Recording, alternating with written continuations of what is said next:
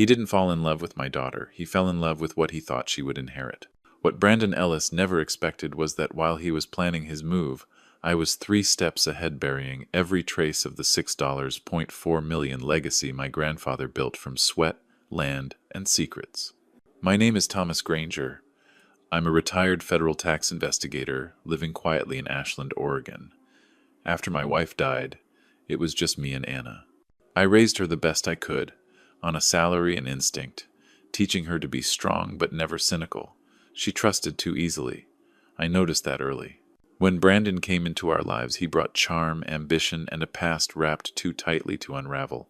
And from the first handshake, I knew this wasn't a man in love, this was a man on a mission.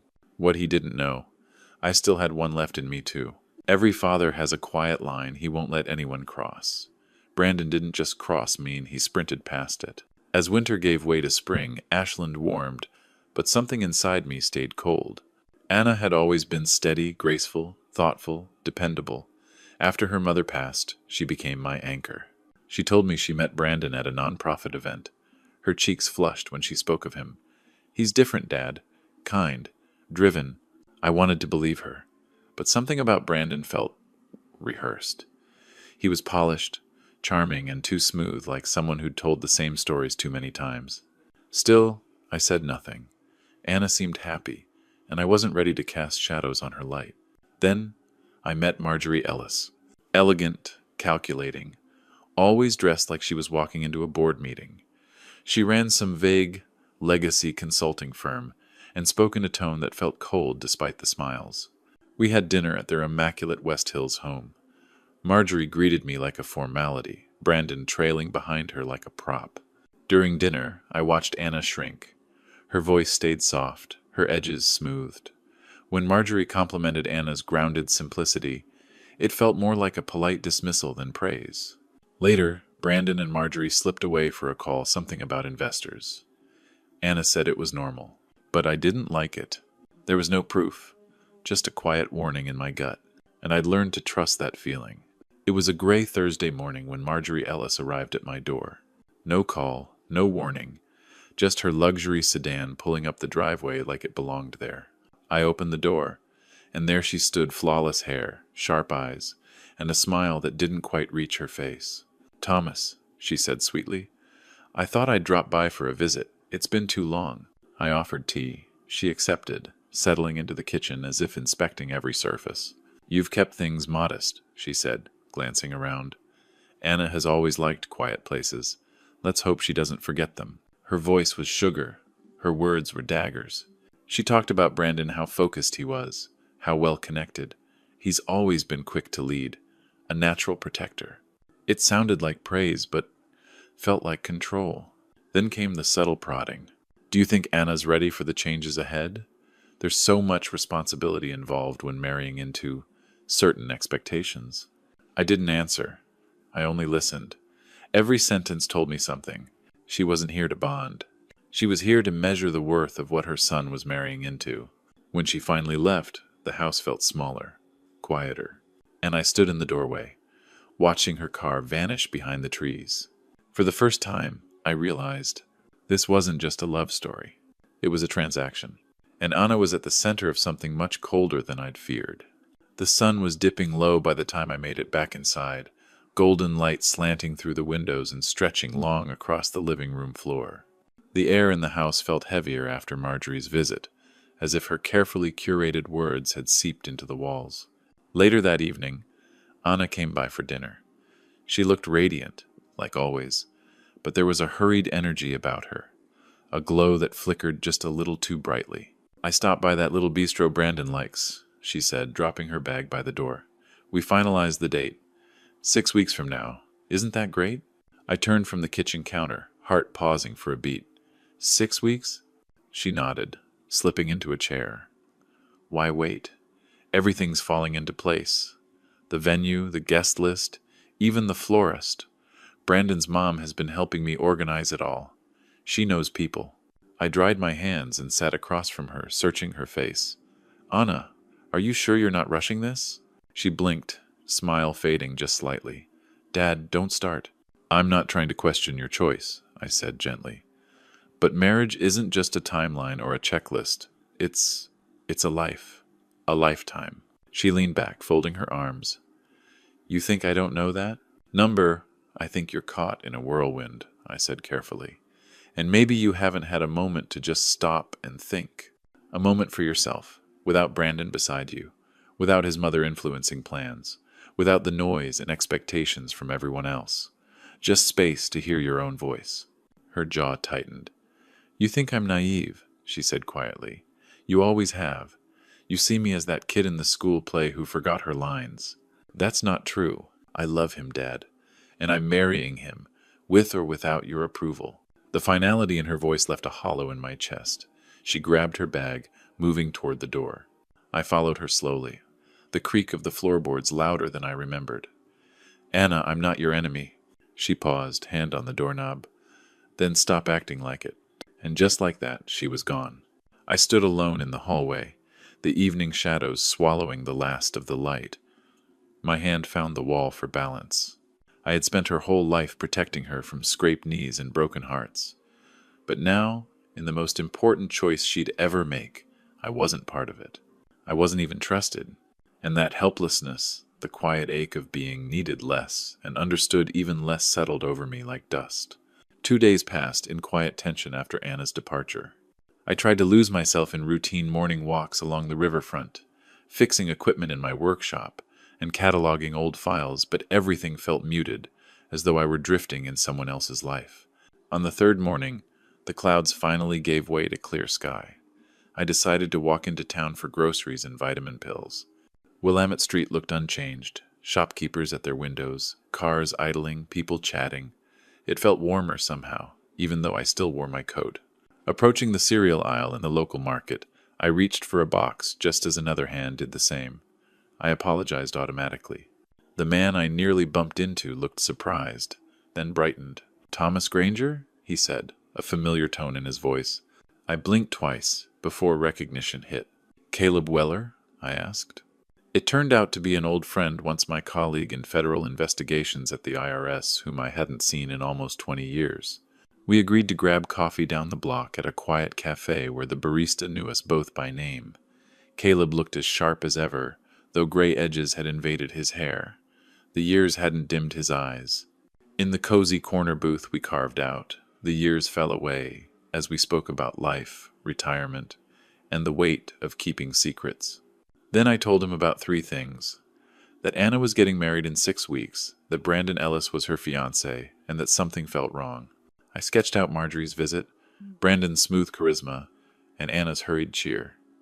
I didn't share everything, just enough to alert an old ally. Caleb's expression shifted.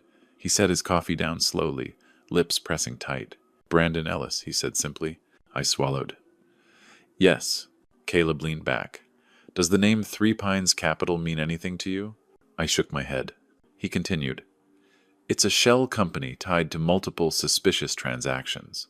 Clients complain of funds disappearing, accounts frozen, people losing life savings. He tapped the table twice. Brandon Ellis is in the mix. They've investigated him under a different alias, too. 2 prior engagements, 2 dissolutions, cash flow, significant transfers. Nothing criminal so far, no victims pressing charges, but enough smoke to drown in. I met the bottom of my cup. You're saying he's being watched? He's watched closely. Not enough evidence for prosecution yet, but enough to raise red flags. And now he's marrying your daughter. The weight of that sentence settled in my chest like ice. My daughter was walking into something far more precarious than I ever imagined. Caleb leaned forward. If you want, I can help you dig quietly. Pull financial records, look up aliases, verify property titles discreetly. I hesitated, then nodded. Anything. Thank you. He wrote his number on a napkin. If you hear something off, call me. No judgment, just facts. As he stood to leave, he looked at me clearly and said, You've always known when something smelled wrong. That instinct is your best tool right now. We parted, and I walked back toward home in silence. The street felt sharper, every detail more stark, the cracks in the sidewalk, the mailboxes rusted at angles, the willow trees swaying overhead. It felt like stepping into a stage set. Everything familiar, but saturated with new meaning. Anna hadn't just found love. She was part of a transaction, one threaded through lies, assets, and old money, and the man she was about to marry had footprints on file. That walk back didn't just bring me groceries, it brought confirmation, clarity, a turning point. If Brandon thought he could slip into our life unseen, he had underestimated two things: a father's suspicion and an ally who once uncovered corporate fraud for a living. From now on, every step I took would be deliberate, every move they made recorded, every claim tested. Because now this wasn't personal. This was a fight. That evening, after a quiet dinner alone, I sat in my study, the desk lamp casting long shadows across the walls. The house still felt empty, Anna's absence echoing in every quiet corner. My meeting with Caleb had stirred something, an old instinct mixed with a flicker of hope I hadn't dared to feel in years. The silence was thick until my phone buzzed on the table. A message from Caleb.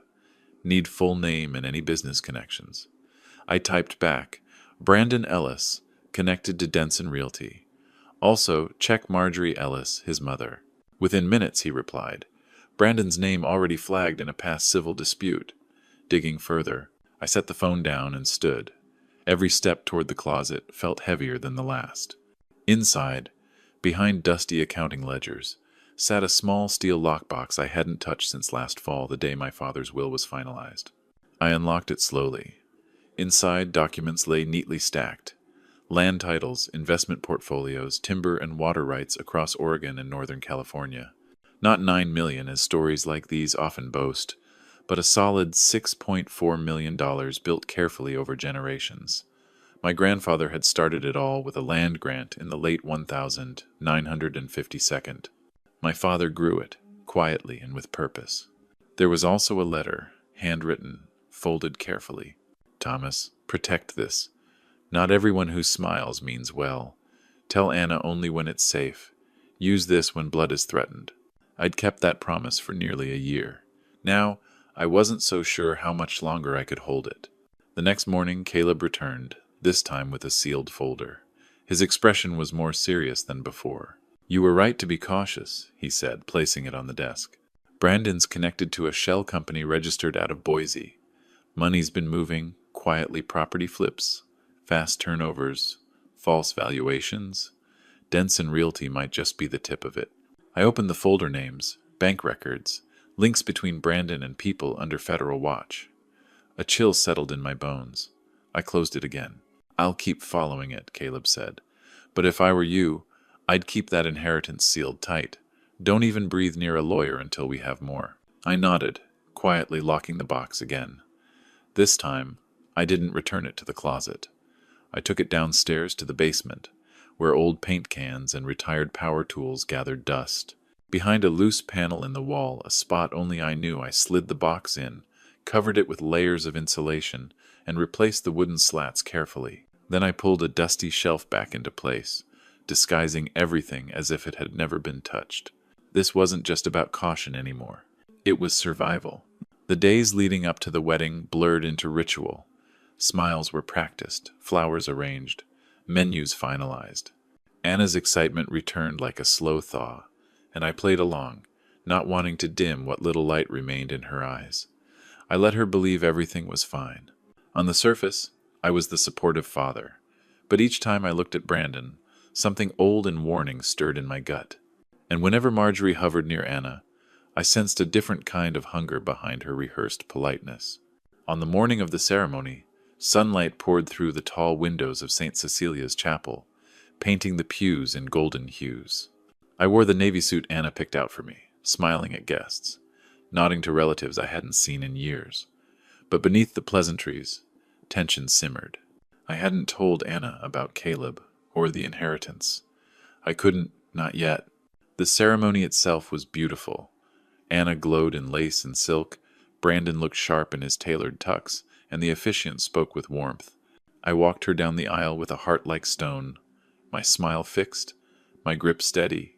Then came the reception. The venue, a rustic winery just outside town, was filled with laughter and toasts, clinking glasses, and hopeful chatter. It all felt rehearsed, choreographed. But then, just as the sun dipped below the vineyard hills, the atmosphere shifted.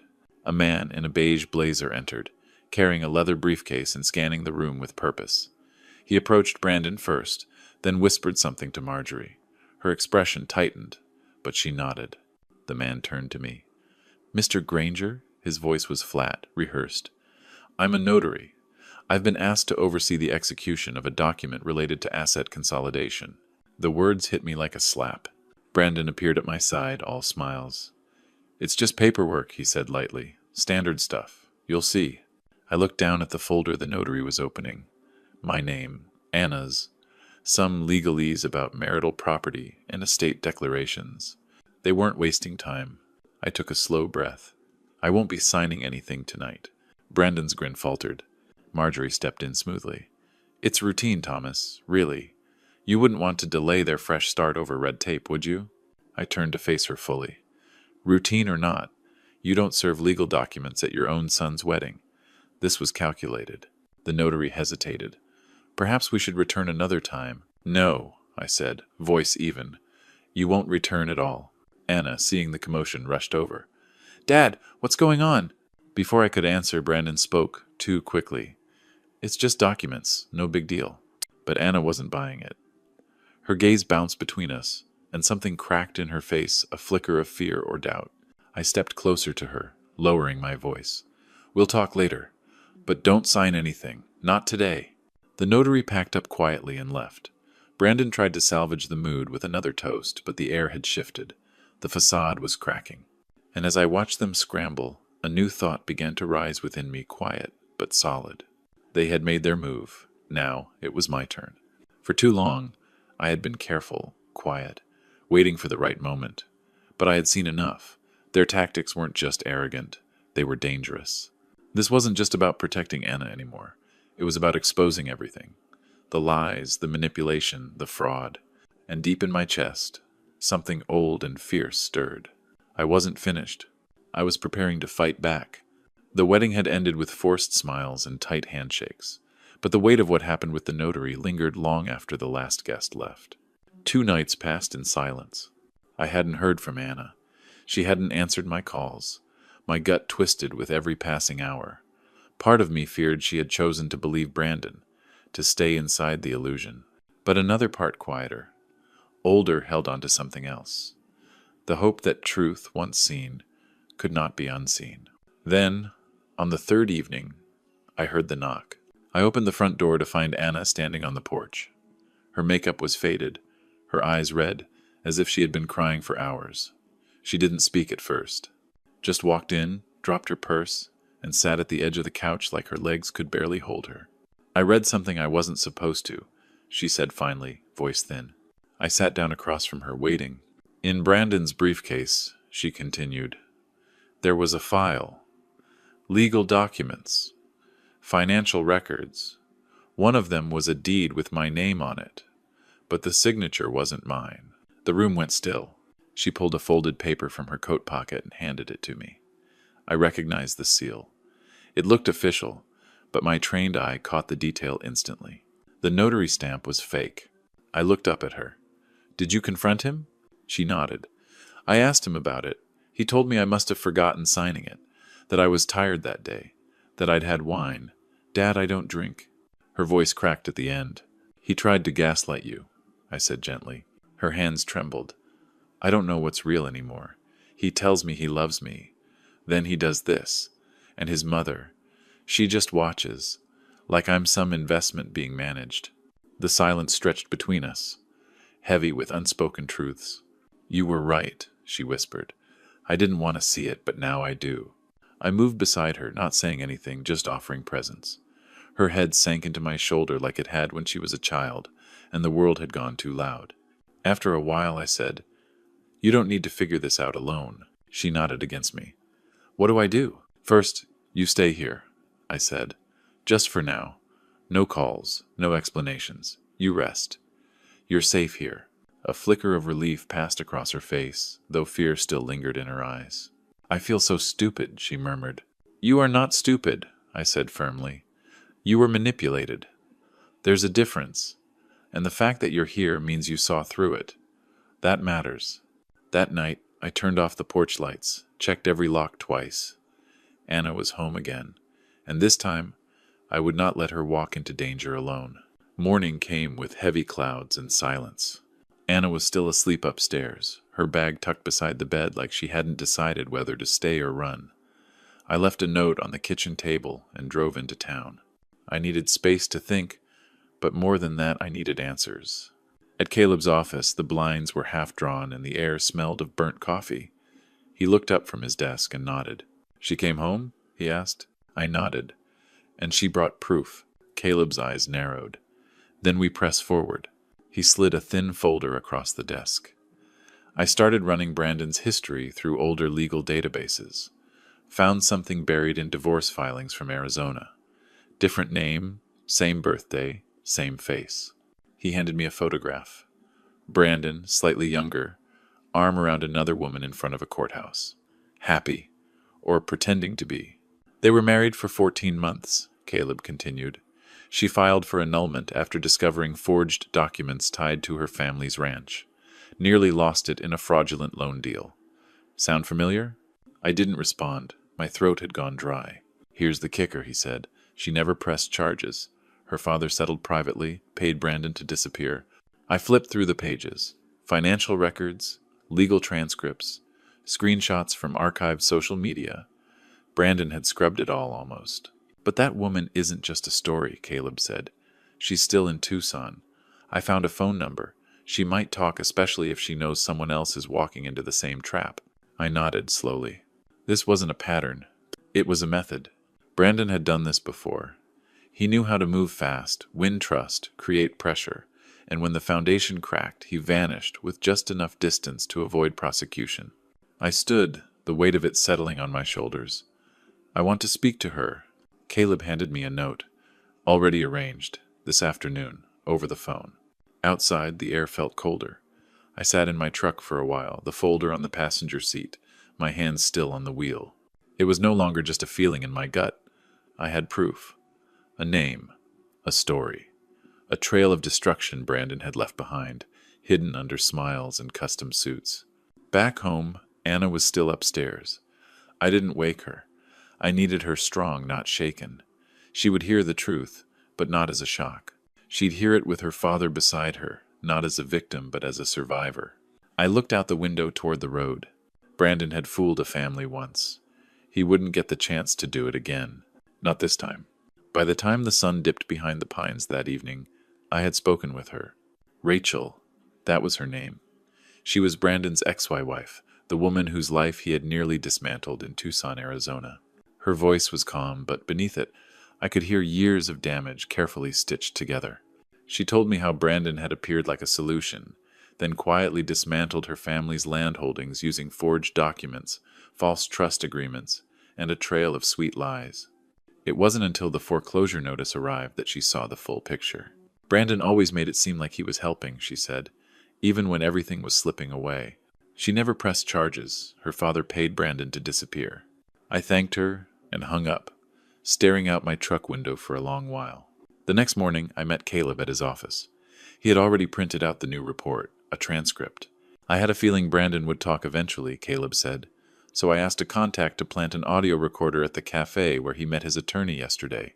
He slid the paper across the desk. My eyes scanned the lines until I reached it. "Brandon, once I get access, I'm out. Sell the property. Liquidate. Leave the rest to the cleanup." Then another line followed, colder, crueler. "Brandon, Anna, she's sweet, but she's just the key. You don't keep the key after you open the vault." I stopped reading. My jaw tightened. That sentence echoed in my head like a slap I hadn't seen coming. My hand clenched the edge of the paper, crumpling the corner. Caleb looked at me. I knew that would hit hard. I stood slowly, forcing my voice to stay steady. "She's not a key. She's my daughter." I walked to the window, staring out without seeing anything. "No one," I said, voice low, "talks about my child like that and walks away untouched. He thought she was a door to be opened. He thought she was disposable." I turned back to Caleb. "He's wrong." I picked up the flash drive from the desk. This is not just evidence. This is justice waiting to happen. I'm not just going to stop him. I'm going to make sure Anna's name, her worth, is never dragged like that again." Caleb nodded. "We're ready. I'll file everything with the district attorney today. Back at home, I placed the flash drive and transcript in the lockbox. Then I encrypted one final version and uploaded it. When I stepped into the living room, Anna looked up. She didn't need to ask. She saw something in my face. And for the first time, I saw something in hers too. A flicker of trust. A signal that the silence between us had meaning. That night, I didn't just prepare for court. I prepared to take back my daughter's dignity. The day of the hearing arrived, cloaked in rain. Outside the courthouse, gray clouds hung low over the town like a warning. Inside, the air buzzed with quiet tension. Anna sat beside me, hands clasped tightly in her lap. Across the aisle, Brandon leaned in to whisper something to his attorney. A thin smirk curled at the corner of his mouth. He still thought he would win. The judge entered. The room rose, and the proceedings began. Brandon's legal team moved quickly. Within minutes, they presented the deed, a signed and witnessed transfer of partial property rights, as the attorney called it. Brandon sat back with the confidence of someone who had rehearsed this performance down to every detail. I watched Anna flinch as her name was spoken. Caleb stood next. Calm, precise. He requested the document be submitted to the court's verification system. Then, his voice changed. Your Honor, we have reason to believe this document is fraudulent. I request permission to submit counter evidence. The judge raised an eyebrow but nodded. Caleb opened a slim folder and handed over copies detailed analysis of mismatched signatures, notary records that didn't exist, a stamp style that had been discontinued 5 years ago. Murmurs rippled through the courtroom. And then came the flash drive. Caleb looked directly at Brandon as he spoke. We also submit an audio recording obtained legally of Mr. Ellis discussing his intentions regarding this very estate. The courtroom fell silent as the recording played. Brandon's voice filled the chamber, unmistakable. Once I get access, I'm out. Sell the property, liquidate, leave the rest to the cleanup. And then the blow that made Anna's breath hitch. Anna? She's sweet, but she's just the key. You don't keep the key after you open the vault. Marjorie gasped. The room shifted. Even the judge's jaw tightened. But the real shift came next. Your Honor, Caleb continued, turning slightly, we also request the court recognize a key witness who has flown in voluntarily. Rachel Adler, former spouse of the defendant. Gasps. Brandon's eyes widened. He turned slowly, and there she was. Rachel, calm, composed, stepping into the witness stand. That was Caleb's twist. He hadn't told even me. Brandon's face drained of color. The judge allowed a short recess to review new testimony. Marjorie stood up and snapped. This is character assassination, her voice sharp, shrill. My son is being hunted. The judge turned toward her. Ma'am, one more outburst and you will be removed from the courtroom. Marjorie sat, lips pressed into a bitter line. The mask was off. Anna stared ahead, unmoving. When we stepped outside into the cold air, her voice trembled. She believed everything, and she was part of it. I placed a hand gently on her shoulder. Now the truth has its place. That matters. Behind us, the courtroom doors remained closed. But inside, the tide had turned, and Brandon Ellis was no longer in control. The courtroom was silent when the judge returned to his bench. The atmosphere had shifted. The air no longer buzzed with tension, but pressed down like something final was about to fall. Anna sat still beside me, her eyes fixed ahead. Brandon no longer looked confident. His suit, his smirk, the calm calculation, they were gone. In their place sat a man, unraveling by the minute. His lawyer leaned in, whispering, but Brandon stared straight ahead, unblinking. The judge cleared his throat. In light of the new evidence, both documentary and testimonial, the court finds significant cause to declare the property transfer null and void. A small gasp escaped Anna's lips. My hand found hers and squeezed. The judge continued, voice even but firm. Furthermore, the court refers the matter to the district attorney's office for criminal investigation, including suspected fraud, falsification of legal documents, and attempted misappropriation of trust assets. He looked directly at Brandon. Mr. Ellis, you may wish to retain separate criminal counsel. This court is also requesting an inquiry into Miss Marjorie Ellis for potential complicity and obstruction. The room tilted for a moment. Marjorie's face twisted not in shock, but in outrage. She stood as if to protest, then caught the judge's eye, and slowly sat back down, her posture rigid. For the first time, Her silence had weight. Brandon slumped in his chair, one hand gripping the edge of the table. His voice was low, almost a whisper. "They set me up." No one responded. Outside, the wind stirred as the hearing adjourned. People filtered out slowly, murmuring. Reporters stood waiting on the courthouse steps. I ignored them. Anna and I walked side by side, saying nothing until we reached the edge of the parking lot. Then she stopped. I thought I was broken," she whispered. I turned to face her. "You were never broken, just hurt. That's different." Her eyes filled, and I saw the years of confusion, the ache of betrayal, the weight of misplaced trust all welling to the surface. "I let him into everything," she said. "He used my name, my heart, and I didn't see it. I opened my arms." She stepped into them.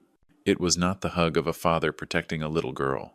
It was the embrace of two people who had been through a storm and made it to shore. "I should have stopped it sooner," I murmured.